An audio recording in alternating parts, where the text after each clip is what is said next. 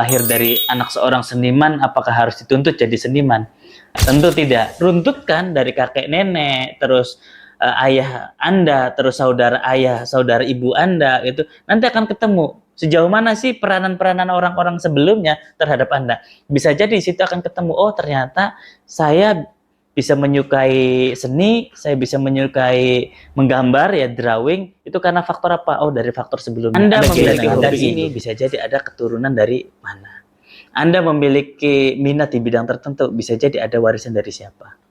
Anda memiliki karakteristik yang seperti itu, bisa jadi warisan. Nah, karir tidak hanya berbicara tentang masa lalu, tapi karir berbicara tentang masa depan, dan masa depan ditentukan oleh masa saat ini. Artinya, ketika kesehatan fokusnya ke kesehatan, ketika karir ya tentu fokusnya ke masa depan. Misalnya ke pekerjaan, ke profesi, dan kita tidak bisa memilih kita dilahirkan dari siapa. Tapi kita bisa memilih masa depan yang seperti apa yang kita inginkan.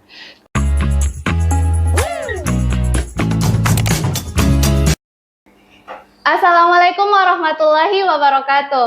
Waalaikumsalam warahmatullahi wabarakatuh. Halo Sobat Growthseeker. Halo. Gimana nih kabarnya? Baik. Alhamdulillah. Sebelumnya perkenalkan, saya Maulida Putri Utami dari Dewan Kerja Protean. Di sini telah hadir bersama saya Bapak Muhammad Khairul Anwar, MPD PhD. Nah, beliau ini merupakan Ketua Yayasan Karir Protean Indonesia dan saat ini sedang mengajar sebagai dosen di Universitas Islam Negeri Sunan Kalijaga, Yogyakarta pada program studi bimbingan dan konseling Islam. Benar ya Pak? Iya, benar. Nah, salah satu mata kuliah yang beliau ampu ini yakni mata kuliah BKI Karir. Betul. Jadi nggak salah lagi nih kalau kita ngomongin karir dengan beliau. Soalnya beliau ahlinya nggak sih? Ahli nggak ya? Dulu nggak? Ahli nggak ya? Ahli nggak? Nah, oleh karena itu, pembahasan kita pada kali ini yakni genogram dalam pengembangan karir. Nah, teman-teman tahu nggak sih genogram itu apa? Tidak. Tahu nggak? Belum. Nah, Kuspil ya. Jadi genogram itu merupakan salah satu diagram visual untuk memetakan setidaknya 3 generasi dalam sistem keluarga, yakni generasi kakek nenek, generasi orang tua, dan generasi anak. Nah, mungkin Bapak boleh ceritakan gimana sih penggunaan genogram itu dalam pengembangan karir? Oke, terima kasih Mbak Maul. Nampaknya asik sekali gitu ya. Tachahau para teman-teman growthseeker gitu ya. Tachahau woshe iniren wabushe chungkuren tue. Nah, hata. Betul, sebagaimana yang disampaikan oleh Mbak Maul tadi, bahwa bagaimana sih penggunaan genogram karir di dalam sebuah asesmen kualitatif. Jadi teman-teman, ada dalam sebuah asesmen kualitatif, khususnya dalam karir itu ada namanya genogram. Nah, tapi genogram ini teman-teman tidak hanya digunakan dalam karir, tapi genogram itu bisa digunakan dalam kesehatan, dalam sosial, dalam pendidikan, ataupun dalam hal lainnya.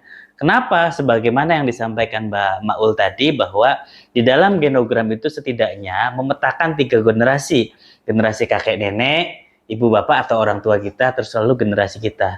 Nah, dari 3 generasi ini kita dapat mengetahui, misal dari latar belakang kesehatan, kita bisa ketahui, oh punya riwayat kesehatan apa sebelumnya. Begitu juga dengan bagaimana nih karakteristik karir dari sebelumnya. Misalnya kalau kita berkaitan dengan tema karir pada hari ini ya, bagaimana nih latar belakang pendidikan kakek nenek, bagaimana hobi kakek nenek, bagaimana misalnya pekerjaan kakek nenek, sehingga pekerjaan, hobi, pendidikan yang dialami atau yang dimiliki oleh kakek nenek dan orang tua kita itu ya, ibu bapak kita, itu berpengaruh terhadap kita, membentuk jiwa kita, membentuk karakteristik kita, membentuk juga apa, minat, terus karakteristik, apa juga hobi dan lain sebagainya. Itulah pengaruh dari genogram. Gitu Mbak Maul. Berarti dalam genogram ini informasi apa saja sih Pak yang ditulis biar itu tuh perbedaan dari genogram kesehatan itu apa, genogram karir itu seperti apa? Nah, Untuk biasanya membedakannya. kalau untuk genogram kesehatan tuh misalnya gini, kakak punya mungkin tidak kakak ya, orang tua ada riwayat sakit apa, kakek nenek ada riwayat sakit apa. Misal kakek nenek punya riwayat gula, biasanya bisa juga turun ke anak itu berarti orang tua kita, bisa juga ke cucu. Artinya, ketika berbicara kesehatan, riwayat medis, rekam medis kesehatan itu bisa berpengaruh. Dan kita ketika dengan cara genogram ini, kita jauh lebih mengerti. Mengerti apa? Mengerti, oh ternyata kita punya rekam medis atau rekam jejak bahwa keluarga kita, baik orang tua ataupun kakek nenek kita itu memiliki track record bahwa pernah sakit di bidang X misalnya. Itu kalau dalam bidang kesehatan. Lalu bagaimana Pak dalam bidang karir? Nah, ketika berbicara dalam bidang karir, kita akan masuk kepada empat atau tiga komponen tadi ya. Komponen yang pertama itu apa? Hobi. Hobi kakek nenek, hobi orang tua itu biasanya akan mempengaruhi kepada cucu. Gitu. Kenapa? Karena cucu ini akan memiliki peranan cucu ini bisa dari kakeknya langsung, bisa juga dari orang tuanya, ya kan? Nah, yang kedua, setelah hobi itu pendidikan. Faktor pendidikan dari kakek nenek, ibu bapak itu akan berpengaruh kepada ke bawahnya, generasi yang terakhir ini. Maka pendidikan pun bisa dikatakan berpengaruh. Lalu yang ketiga, setelah minat, pendidikan, pekerjaan. Nah, pekerjaan orang tua itu menjadi pandangan. Pekerjaan kakek nenek itu menjadi pandangan. Misal, kakek neneknya itu sebagai guru, tidak menutup kemungkinan akan ada di bawahnya itu yang akan menjadi guru.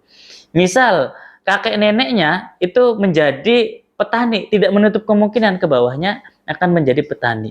Nah, lalu yang keempat ini apa? Yang keempat ini adalah sejauh mana tiga komponen tadi mampu membangun karakteristik generasi ke bawahnya. Itulah peranan dari genogram karir. Artinya ketika kesehatan fokusnya ke kesehatan, ketika karir ya tentu fokusnya ke masa depan.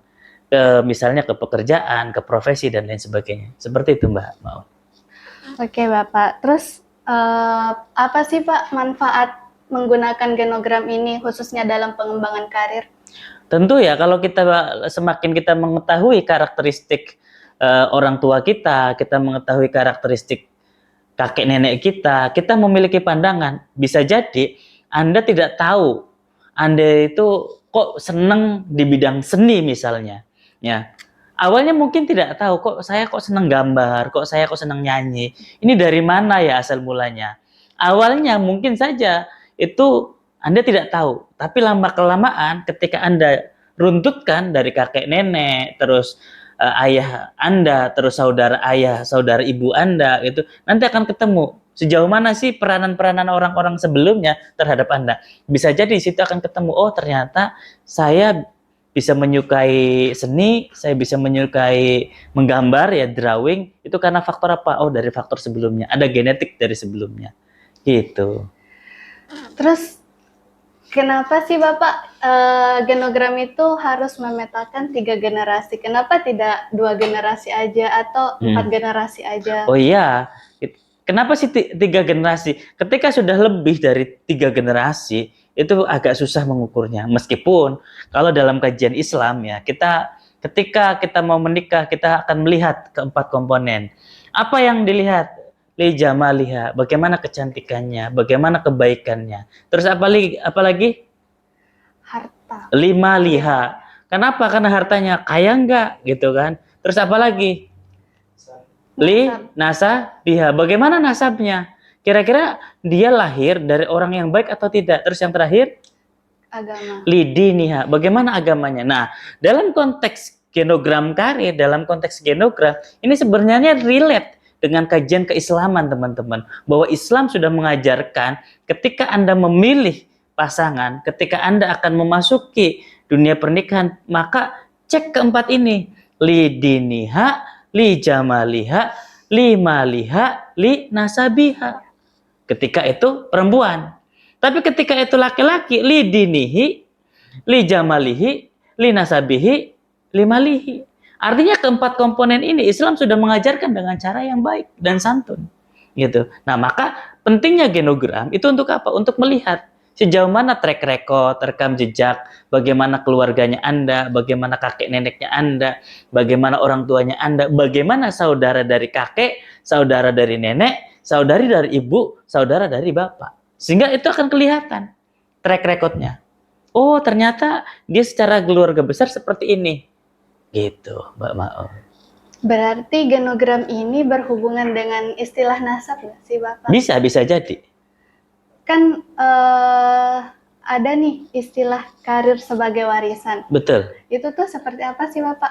Nah, ketika karir sebagai warisan, kita kembali lagi. Apakah memang itu betul-betul warisan karir? Warisan karir itu bisa jadi berkaitan dengan tadi. Anda memiliki hobi ini, bisa jadi ada keturunan dari mana. Anda memiliki minat di bidang tertentu, bisa jadi ada warisan dari siapa. Anda memiliki karakteristik yang seperti itu, bisa jadi warisan dari siapa. Gitu. Nah, itu erat kaitannya dengan warisan juga gitu. Tapi bisa juga nanti ketika kita akan kaji lebih dalam lagi, nanti bisa karir sebagai warisan, bisa karir sebagai siklus, dan tentu bukan di momen ini. Kita akan fokus lebih kembali ke genogram karir itu seperti apa gitu. Terus kan tadi Bapak sudah menyebutkan ya, kalau genogram itu untuk memetakan pola karir keluarga, terus juga memetakan pola karir keluarga lah Pak. Selain itu, apa sih Pak yang muncul dari penggunaan genogram ini khususnya dalam karir? Bisa jadi gini Mbak. Sekarang saya kembalikan tanya ke Mbak Maul. Mbak Maul ketika sudah tahu, oh ya kakeknya Mbak Maul seperti ini, orang tuanya Mbak Maul seperti ini, saudara dari ibu seperti ini, saudara dari bapak seperti ini. Kira-kira apa yang ada dalam bayangannya Mbak Maul? Ini sih Pak, kayak minat saya itu turunnya dari sini.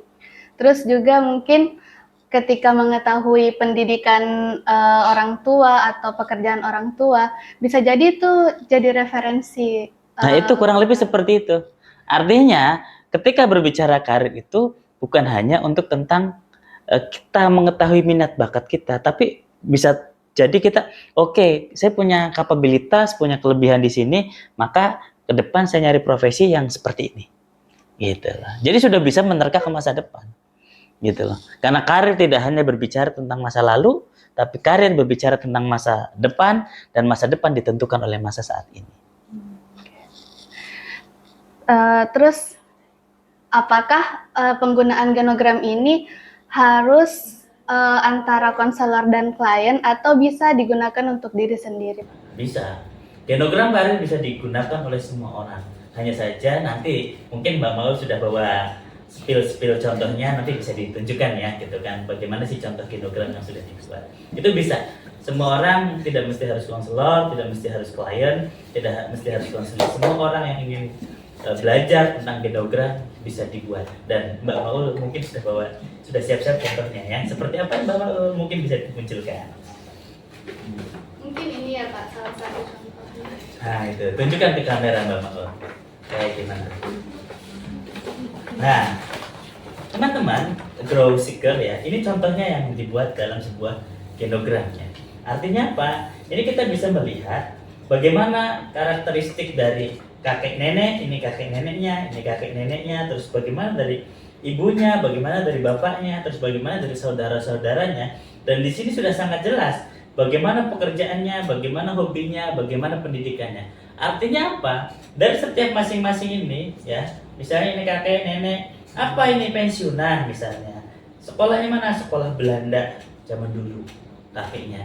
Dan lain sebagainya. Dari data-data yang ada di sini, tentu teman-teman ini bisa menjadi gambaran yang bersangkutan, yang sudah menggambar ini, yang sudah membuat genogram ini akan menjadi dia semakin memahami bagaimana karakteristik dirinya, bagaimana minatnya, bagaimana hobinya, dan bagaimana pekerjaan yang sesuai. Karena apa? Karena dia bisa mengetahui itu dari jejak orang tuanya, dari jejak kakek neneknya. Nah, inilah contoh dari genogram yang sudah dibuat oleh salah satu mahasiswa kami.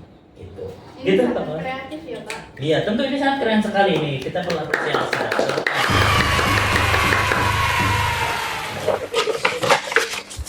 Gitu Mbak Maul, itu baru contoh gitu ya. Bisa jadi beberapa cara untuk membuat genogram itu bisa dengan cara yang lain, Nah, itu kan baru satu. Bisa juga dengan grafik, bisa juga dengan garis-garis dan lain sebagainya. Itu inovasi saja, tergantung. Yang terpenting adalah dalam genogram karir memetakan 3 generasi, kakek nenek, ibu bapak, terus baru anak. Dari 3 ini nanti dilihat lagi, dari kakek nenek, ibu bapak, anak, dilihat komponen pendidikannya bagaimana, komponen minatnya seperti apa, komponen pekerjaannya seperti apa, dan terakhir mana yang paling berpengaruh di antara beberapa komponen tersebut. terus kan Pak, tadi kan untuk generasi orang tua itu Hmm, menuliskan saudara, misal dari ayah. hmm, Apakah eh, anak dari misal om kan, hmm. itu dituliskan juga dalam genogram agar bisa termasuk 3 generasi atau seperti apa? Sejauh ini tidak perlu. Artinya sepersepupuan itu tidak perlu dituliskan karena apa? Bisa jadi impact-nya kurang. Karena seumuran itu kan bisa jadi kurang berimpact, kurang berdampak. Tapi ketika Pak Ade kalian, Pak Ade itu saudara, paman, bibi, itu mungkin bisa jadi berdampak. Karena apa? Misal orang tua kalian sibuk, kalian lebih banyak diasuh sama Pak Ade sama paman sama bibi gitu. Itu tentu akan berdampak. Tapi ketika persepupuan itu belum tentu berdampak. Maka cukup ketika kakek nenek, terus ayah ibu. Nah, di samping ayah ibu itu bisa saudaranya ayah, saudaranya ibu seperti apa karakteristiknya, itu bisa. Kalau ke sampingnya saudara ayah sama saudara ibu. Tapi kalau ke anaknya saudara ayah sama saudara ibu, itu dirasa tidak perlu. Karena apa? Karena dianggap kurang memiliki efek yang sangat signifikan gitu. Sehingga cukup dari generasi itu, cukup di ayah sama di kalian dan di kakek Di nenek kakek nenek. gitu. Berarti kakek nenek pun nggak harus dituliskan saudara kakeknya siapa? Nggak harus. Nggak harus. Kenapa? Kenapa hanya kita di kakek neneknya aja? Karena kakek nenek itu sebagai fundamental bahwa kakek nenek itu menurunkan siapa. Nah, maka perlu di saudara ayah, saudara ibu perlu dimunculkan. Karena apa? Itu salah satu yang akan memberikan dampak kepada kita, gitu kan? Sebagai generasi ketiga, gitu kan? Generasi pertama kan kakek nenek, generasi kedua ayah ibu, generasi ketiga adalah kalian, gitu. Kira-kira apa sih Pak tantangannya dalam mengimplementasikan genogram ini untuk diri kita sendiri? Sebenarnya tantangannya tuh gini, satu hal, bahwa ketika keluarga itu tidak utuh, keluarga itu tidak komplit gitu ya, itu yang menjadi tantangan. Karena bisa jadi kalau saya mengistilahkan itu buah jatuh tidak jauh dari pohonnya. Tapi bagaimana ketika keluarganya tidak utuh? Maka bisa jadi buah jatuh jauh dari pohonnya. Karena apa? Ke bawah angin, ke bawah sungai, air di sungai, ke bawah hujan dan lain sebagainya. Artinya apa? Bisa jadi pola karir yang dia dapatkan itu tidak langsung dari orang tua atau kakeknya. Bisa jadi dari saudara-saudaranya. Gitu. Artinya apa? Memungkinkan nggak Pak? Mungkin. Ketika si keluarga ini tidak utuh, memungkinkan diasuh oleh orang lain sehingga pola berpikirnya, polanya itu tidak ikut dari keluarganya. Artinya ikut dari keluarga yang lain. Gitu. Tapi misal nih Pak, misal dari keluarga ayah itu pekerjaannya guru semua, terus di ibu misal wirausaha, tapi anaknya ini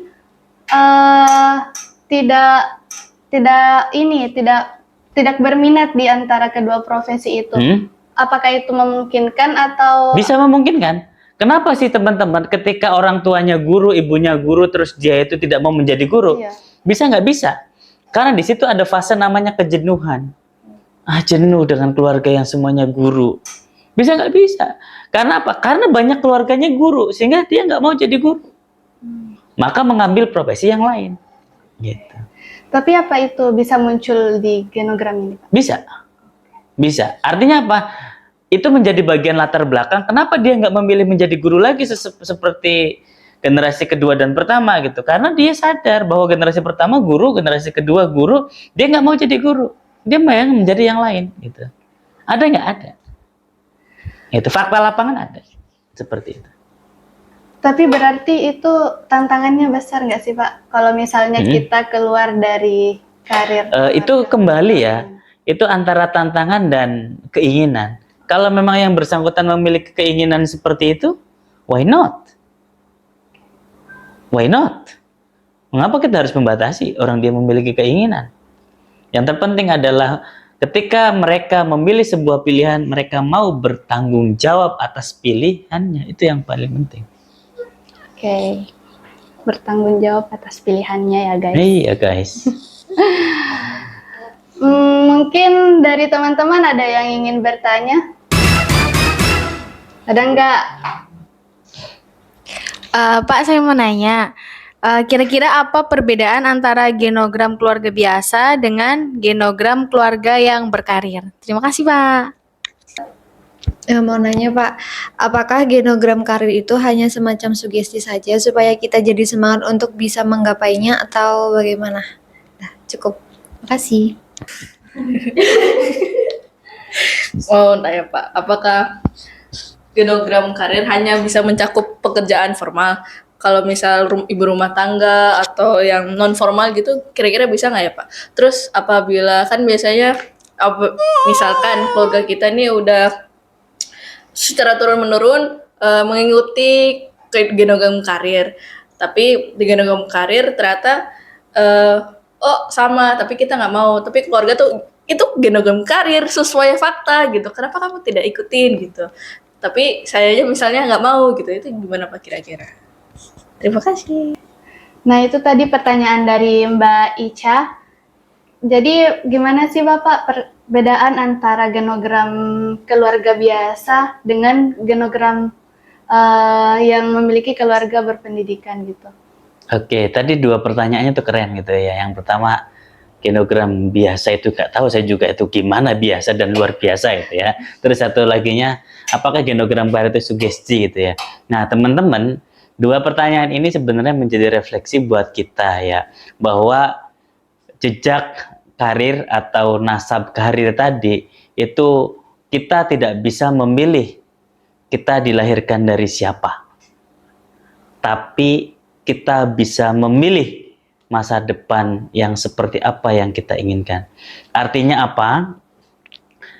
Dari genogram karir kita hanya bisa menerima bahwa ya itulah kakek nenek kita, ya itulah ibu bapak kita, ya itulah saudara kita. Misalnya mohon maaf, kakek nenek kita tidak mengenyam bangku pendidikan.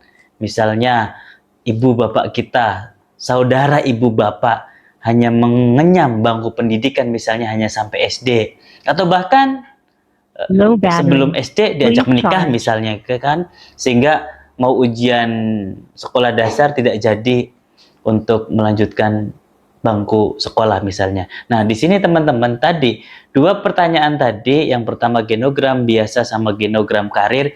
Genogram karir tidak untuk mengintervensi, genogram karir tidak untuk mensugesti bahwa Anda harus seperti itu, tidak.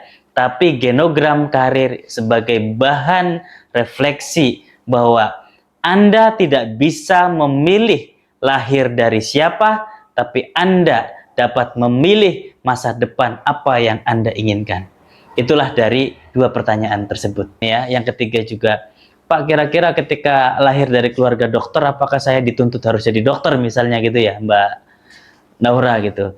Terus misalnya kalau lahir dari anak seorang seniman, apakah harus dituntut jadi seniman? Tentu tidak.